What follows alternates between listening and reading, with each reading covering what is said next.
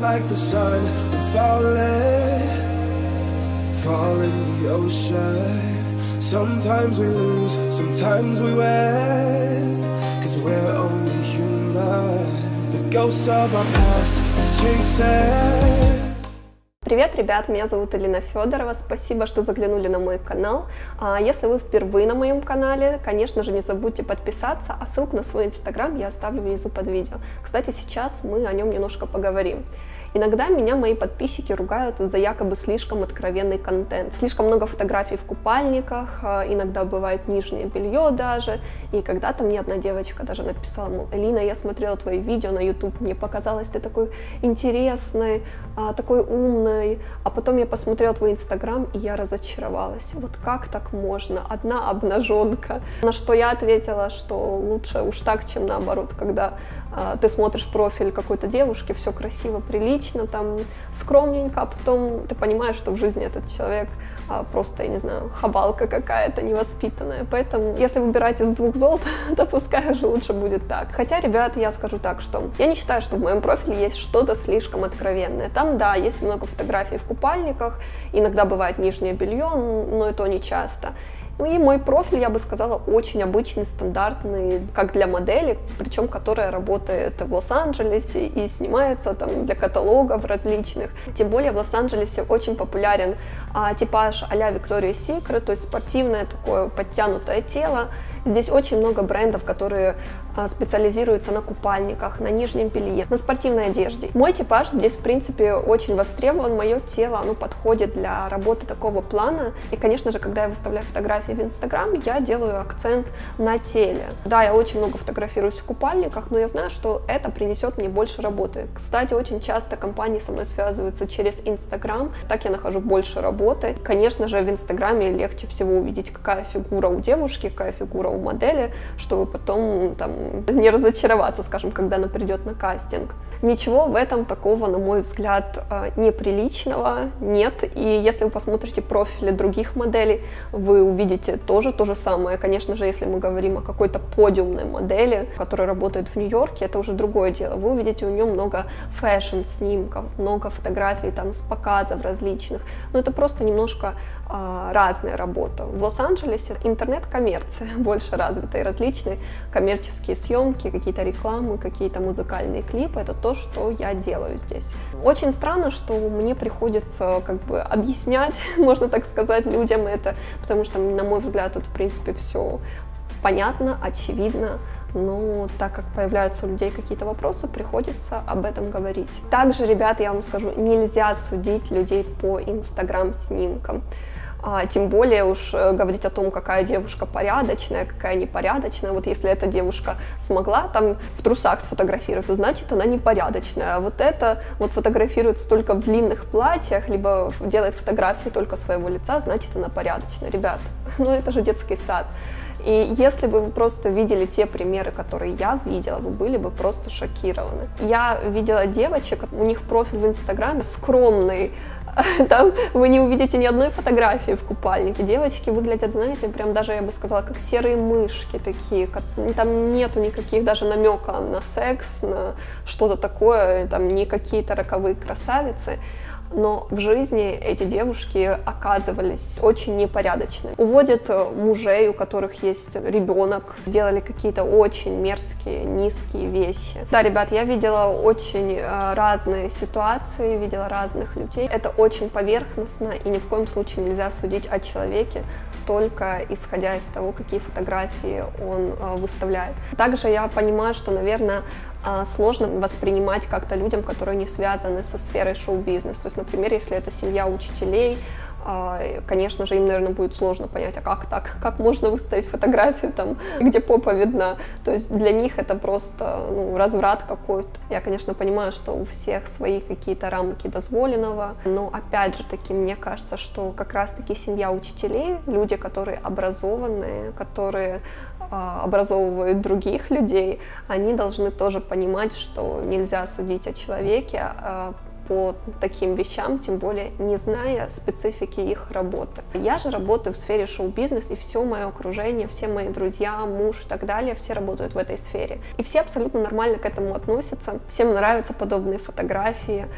И среди моих друзей есть актеры, модели, визажисты, стилисты, дизайнеры, режиссеры, операторы. То есть все как-то задействованы в съемочном процессе, и люди к этому привыкшие, профессионалы в этом деле. Им не приходится объяснять такие вещи. Муж у меня работает режиссером, он снимает различные клипы, рекламы, фильмы. Он тоже снимает девушек иногда в купальниках, иногда в белье, иногда без белья, если там так нужно будет, какие-то постельные сцены.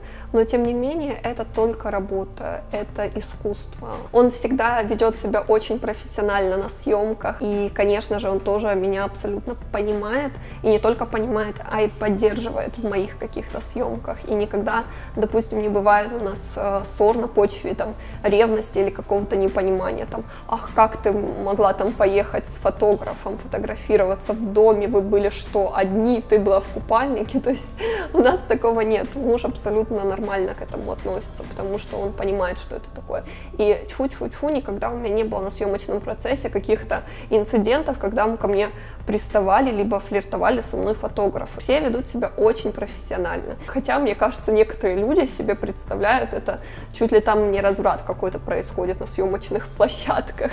Нет, ребят, люди все себя ведут очень спокойно, очень профессионально. Это, знаете, как работа врач. Он видит обнаженную женщину, но он ее не воспринимает как какой-то сексуальный объект. Для него это просто его работа. Он сфокусирован на ней. Так же само и все съемки. Съемки нижнего белья, съемки постельных сцен в фильме и так далее. Если мы сейчас возьмем, например, для сравнения профессию актер, все мы любим смотреть фильмы, всех нас восхищают известные актеры, хорошие, интересные фильмы, но вы только задумайтесь, сколько приходится актерам играть разных неловких, неприятных, иногда мерзких, противных, откровенных сцен в кино.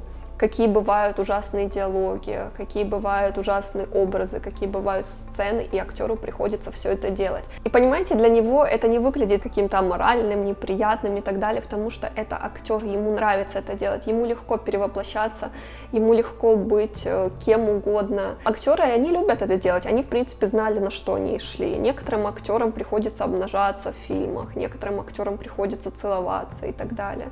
Но это искусство, и для них это норма. Обычный человек, наверное, бы не смог там обнажить грудь во время там какой-то сцены, когда нужно, либо сказать какие-то странные вещи, которые могут быть неприличными или что-то такое. Наверное, обычному человеку, да, было бы сложно, ему бы приходилось переступать через себя. Для актера это в порядке вещей, он может, в принципе, делать все, что угодно. У этих актеров есть семьи, у них есть дети, родственники, которые приходят на их премьеры фильмов, которые смотрят это. И никто это не опошляет, для людей это просто работа, и люди с этой сферы, они понимают друг друга. Недавно посмотрела фильм с Анджелиной Джоли и Бандерасом «Искушение». Это, кстати, фильм 2003 года, но я его впервые только вот глянула, и там была очень у них откровенная постельная сцена.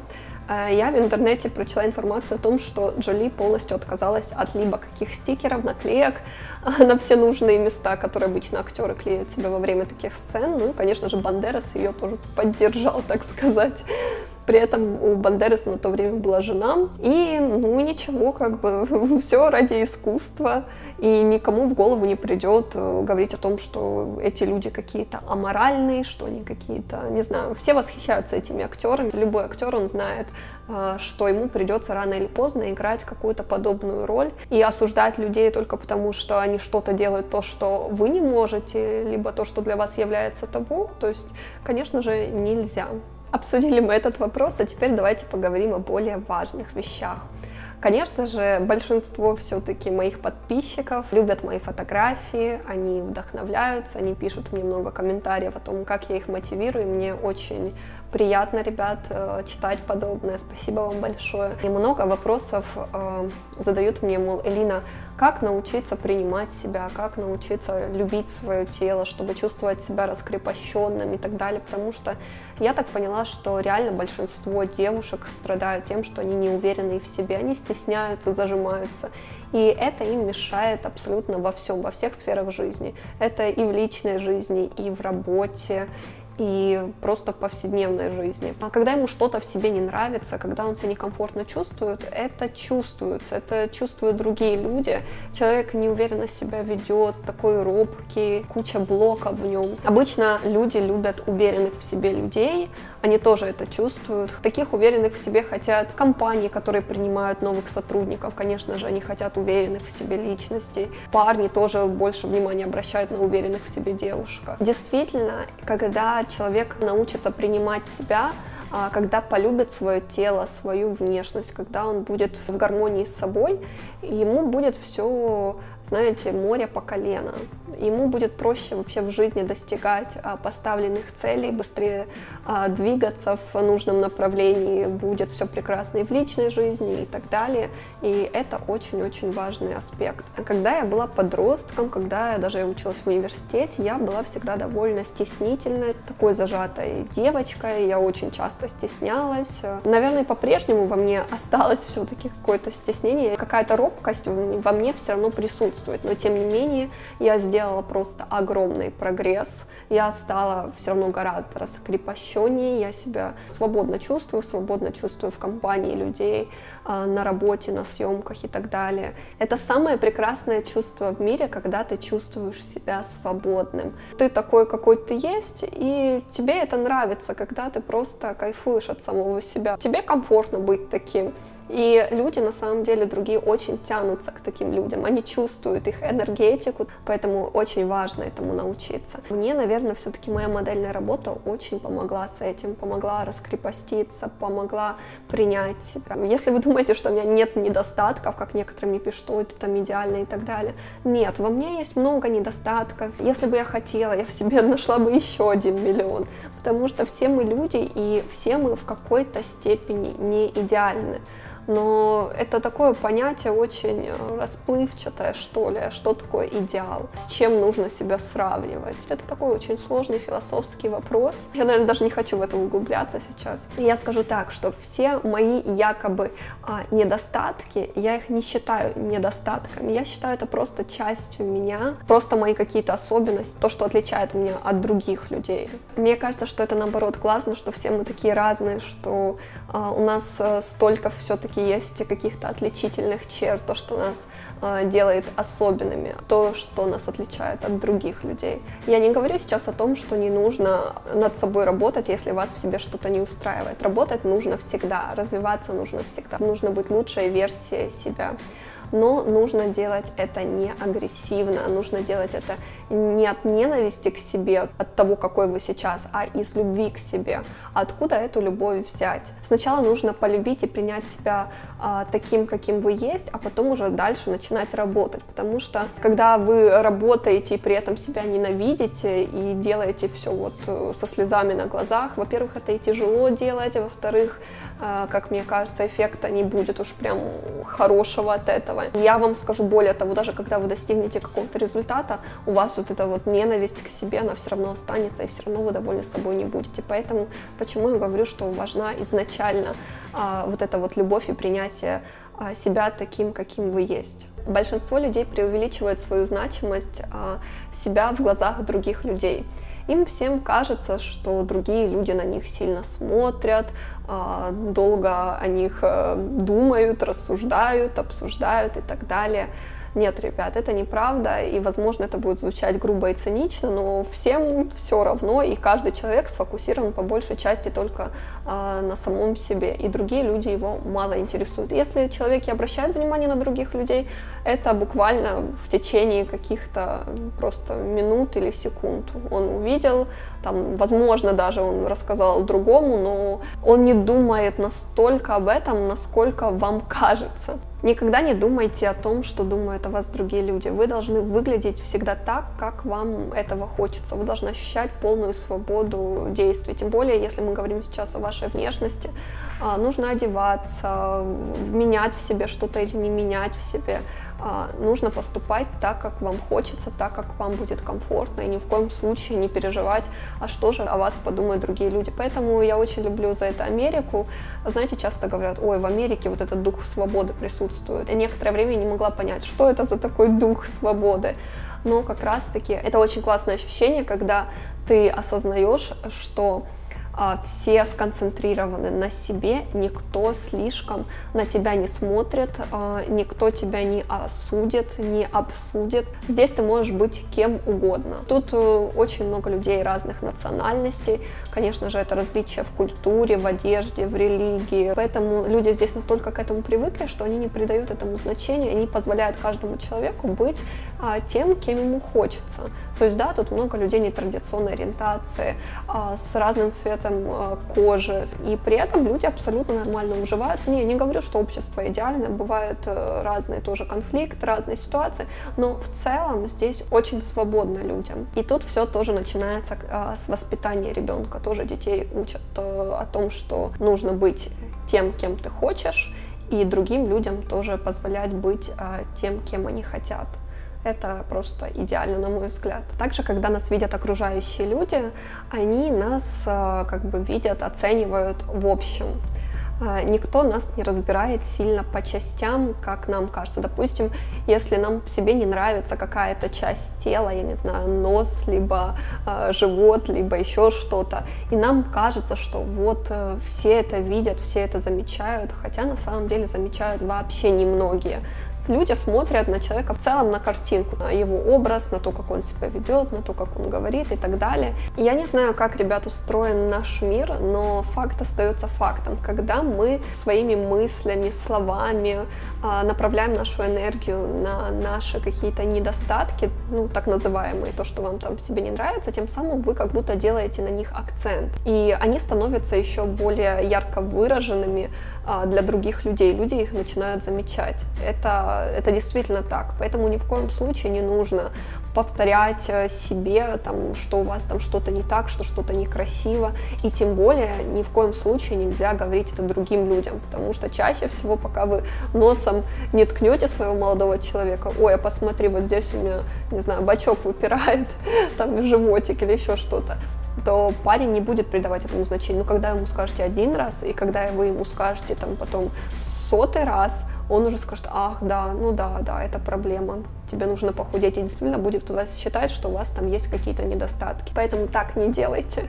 Все вроде бы девушки об этом знают, но мне кажется, что почему-то часто они забывают об этом, что нельзя говорить таких вещей. И ни в коем случае нельзя себя ругать, никогда. Думать нельзя о себе плохо и вслух произносить какие-то плохие слова, там, я жирная, я некрасивая, я глупая, либо еще какая-то. Вообще это нельзя, потому что наши мысли, наши слова, они имеют свойство материализоваться, и в итоге вы действительно, в конце концов, станете тем, что вы без конца повторяете. Если вы говорите, что вы страшная, вы в итоге станете страшны. Поэтому вообще это табу. Я лично про себя никогда в жизни плохих вещей не говорила. А знаете, когда я была маленькая, мне было, наверное, лет 6 или 7, у меня вообще была такая фишка, я ходила всем подряд и говорила, ой, посмотрите, какая я красавица, ой, я красавица. И могла это ходить и повторять по несколько раз на дню. Мама с меня смеялась, говорила, ой, Лина, я даже не знаю, что это у тебя было, что у тебя был за такой прикол, но ты сама себя ходила, нахваливала. Я не знаю, почему я это делала, но, знаете, лучше так, лучше ходить и говорить, какая вы красавица, хотя бы самой себе. Если вы будете, конечно же, говорить это другим людям, это будет странно, если вам только не 6 или 7 лет. Реально, девушки, нужно хвалить себя. Когда вы смотрите на себя в зеркало, концентрируйте свое внимание на чем-то хорошем, на том, что вам в себе нравится. Может быть, это глаза, либо это волосы, либо это ноги, неважно. То есть вы должны вот как будто наоборот подчеркивать это и мысленно, и словами, и как-то с помощью одежды это тоже больше демонстрировать. И то, что вам в себе не нравится, вы просто как будто забудьте об этом. То есть никогда вообще не думайте, не говорите об этом. Опять-таки, Я не говорю, что не нужно работать. Работать над этим нужно. Если вы над этим работаете, если мы сейчас говорим о чем-то, о том, что можно исправить, то, конечно же, работайте над этим, но работайте тихо. И я уверена, что если вы будете упорно над собой работать, вы получите желаемый результат. Там, допустим, если мы сейчас говорим привести тело, фигуру в порядок. Если мы сейчас говорим о каком-то недостатке, который невозможно исправить, строение человека бывает, что ты не исправишь это, тогда тем более воспринимайте это как свою особенность. Тогда это точно, это не может быть вашим недостатком. Просто забудьте и перестаньте замечать это, либо даже наоборот. У многих людей получалось превратить свой недостаток в свое достоинство.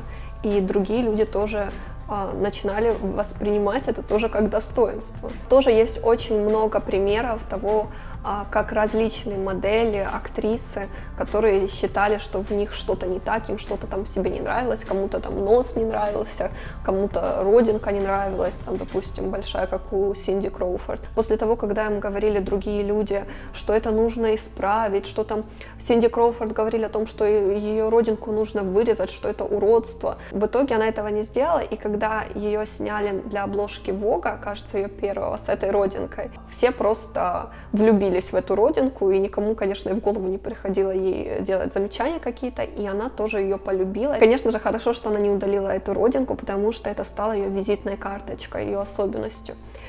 Также, допустим, Софи Лорен, там, ей говорили не раз, что ей нужно нос сделать, то есть ринопластику, потому что у нее не идеальный профиль, и она тоже отказалась это сделать, но в итоге эта актриса, она стала легендарной, это была одной из признанных красоток того времени, да и по сей день она считается тоже шикарной женщиной. Это тоже ее отличительная черта, то, что делает ее индивидуальность.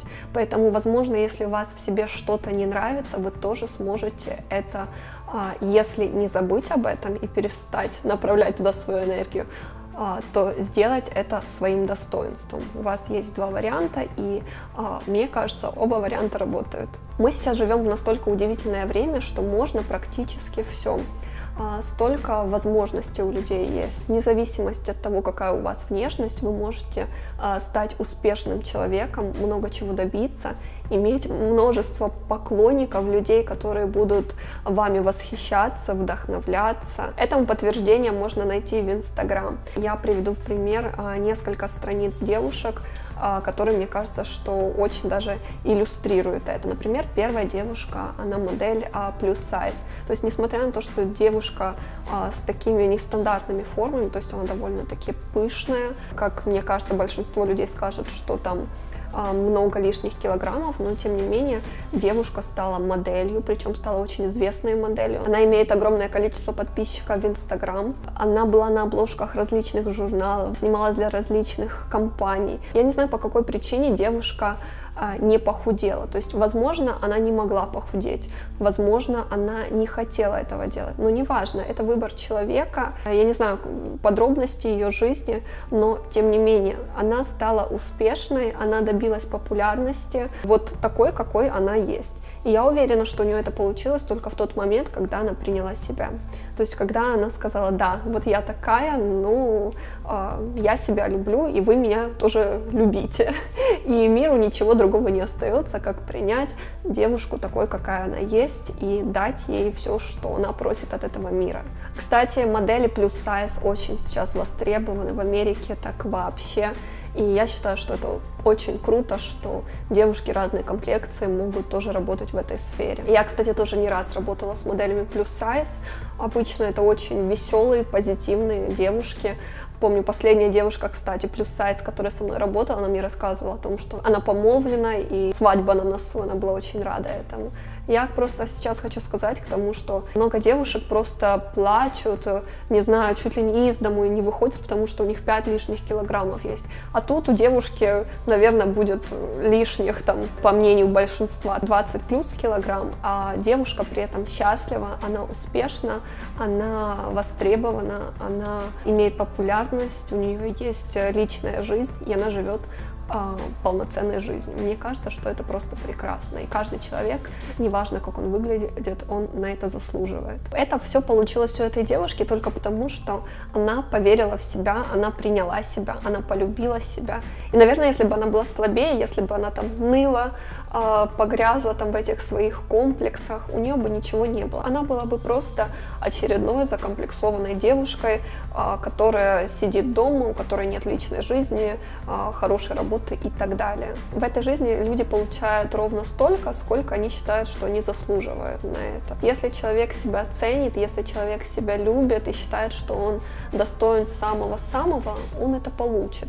И если человек не уверен в себе, если он, не знаю, на каком-то там подсознательном уровне, он чувствует, что нет, я некрасивый, нет, я недостаточно умный, я этого не достоин, у него этого и не будет. Поэтому любовь к себе очень-очень важна.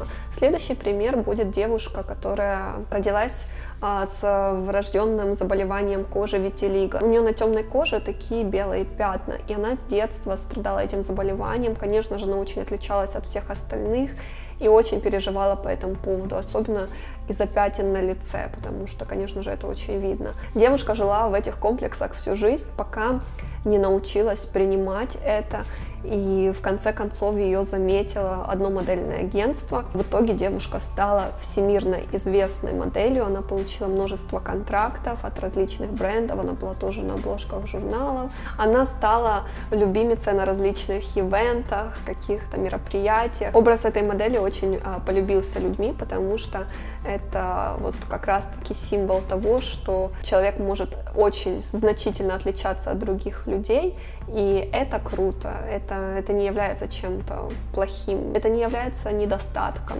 просто она такая, и это не говорит тоже о том, что она некрасивая, потому что, кстати, девушка на самом деле красивая. Сейчас это ее, так сказать, тоже особенность, и я уверена, что сейчас девушка полюбила себя такой, она полюбила эти пятна на лице.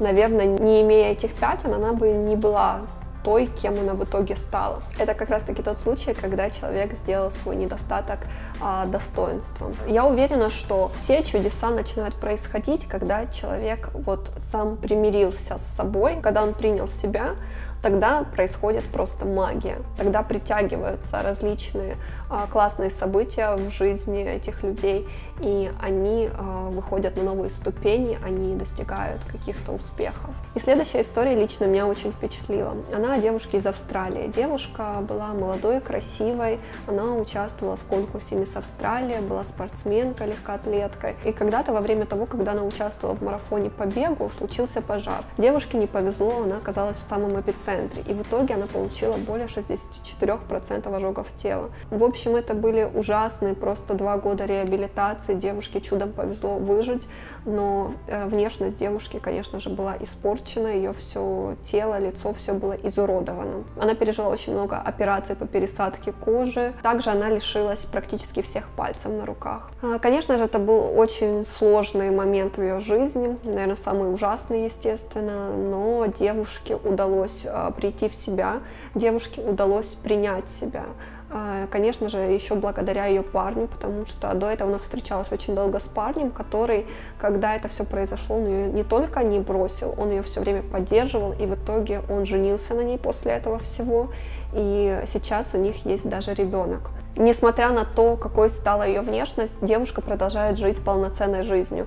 Она воспитывает своего ребенка, у нее чудесная семья, она работает горным инженером, продолжает заниматься спортом. Она в одиночку совершила 6-месячный велопробег, участвовала в каком-то заплыве на западе Австралии, прошла по Великой Китайской стене. Девушка написала собственную книгу, она дает интервью, была на обложке журнала. Также она ездит по всему миру и выступает как оратор, вдохновляет просто множество людей. На страничке в ее инстаграме подписано тоже множество людей, которые следят за ее жизнью. девушка не просто живет, она живет, возможно, даже более полноценной жизнью, чем даже те люди, у которых нет таких увечий, которые абсолютно нормально выглядят без либо каких травм. Также мне очень понравились фразы девушки, что красивая девушка делает ее походка, ее поведение, то, как она смотрит другим людям в глаза, ее уверенность в себе. Мы есть не только наши тела. Также, что в каждом человеке есть внутренняя сила, но, к сожалению, очень редко выпадает возможность увидеть, насколько неограничены наши возможности. Но, кстати, девушке выпал такой шанс, и она на полную раскрыла ту внутреннюю энергию, которая присутствует в каждом человеке, и она доказала то, что мы действительно есть не только наша внешняя оболочка, что мы — это нечто большее. Это все говорит о том, что в этом мире есть место под солнцем абсолютно для каждого из вас, вне зависимости от того, как вы выглядите. Внешность уж точно не является решающим фактором в этом всем. Все зависит от того, что внутри нас, как мы к себе относимся, что мы о себе думаем, насколько нам удастся реализовать свой потенциал. Если мы будем работать над собой, развиваться, мы сможем получить от этой жизни все, что угодно, стать успешными людьми, иметь прекрасную семью, иметь поклонников, людей, которые вами восхищаются, вдохновляют. Все абсолютно возможно. И мне кажется, что проблема многих людей как раз-таки заключается в том, что они слишком сконцентрированы на своей внешности. Вот знаете, бывает девушка, ей не нравится в себе какая-то часть ее тела, и уже из-за этого она себя ненавидит. Она считает себя некрасивой, недостойной, еще чего-то. Это реально мелочь, потому что мы — это что-то, нечто большее. Знаете, вот я задаю себе часто вопрос вообще, что есть я, кто есть я? Это что? Это мое тело. А если я постарею, там, со мной что-то случится, заболею, не знаю, не дай Господь, что-то там произойдет, и я лишусь своей внешности, так что я перестану быть собой, я это уже не буду я? Нет, ребят, я буду с собой, потому что, мне кажется, я — это мои ощущения, я — это мои мысли, мое отношение к миру, то, что я даю этому миру, получаю взамен, мои поступки. Все вместе — это я. Я — это энергия внутри меня, я — это душа. И если что-то со мной случится, с моим телом, я не перестану быть собой. И мне кажется, что если люди будут это осознавать, если каждый из нас это поймет и полюбит себя настоящего, то, что есть внутри нас, то жить станет гораздо проще, и работа над вашей внешностью будет тоже происходить гораздо проще. Когда я начала задумываться больше над чем-то таким духовным, то мое отражение в зеркале стало меня радовать гораздо больше. Я не знаю, как это происходит, наверное, какая-то магия просто. В общем, мне сложно, ребят, об этом говорить. Я пытаюсь сейчас подобрать нужные слова, чтобы объяснить то, как я это чувствую, то, как я чувствую, как устроен этот мир. Но я уверена, что наверняка не все меня поймут, и я понимаю, что тема довольно сложная, глубокая, и я даже не знаю, я не уверена, насколько это нужно Ютубу, насколько здесь это будет актуально. Но, конечно, мне было бы очень приятно, если бы вы меня поддержали в подобных видео, потому что это то, о чем мне нравится все-таки говорить, потому что я считаю, что такие вещи, такие темы глубокие, они нужны, их нужно обсуждать. И наверняка это гораздо важнее, нежели обсуждать вечерний макияж, либо мои покупки на лето. Хотя, конечно же, несомненно, такой контент тоже нужен. И я думаю, что в любом случае я буду миксовать. Я очень хочу найти какую-то золотую середину, мне бы хотелось тоже соблюдать какой-то баланс, чтобы я могла делать для вас и более развлекательный контент. Это и мои влоги о моей повседневной жизни, и видео о моих покупках, одежда, косметика. Я это тоже все люблю, как и все девочки. Ну и, конечно же, мне бы хотелось вставлять иногда такие более философские темы с психологией, что-то такое, то, что действительно очень нужно, как мне кажется. На этом у меня все, ребят. Я и так очень много наговорила. Я надеюсь, что вам видео понравилось. Если да, ставьте лайк. А мы с вами увидимся в моих новых видео. Всем пока!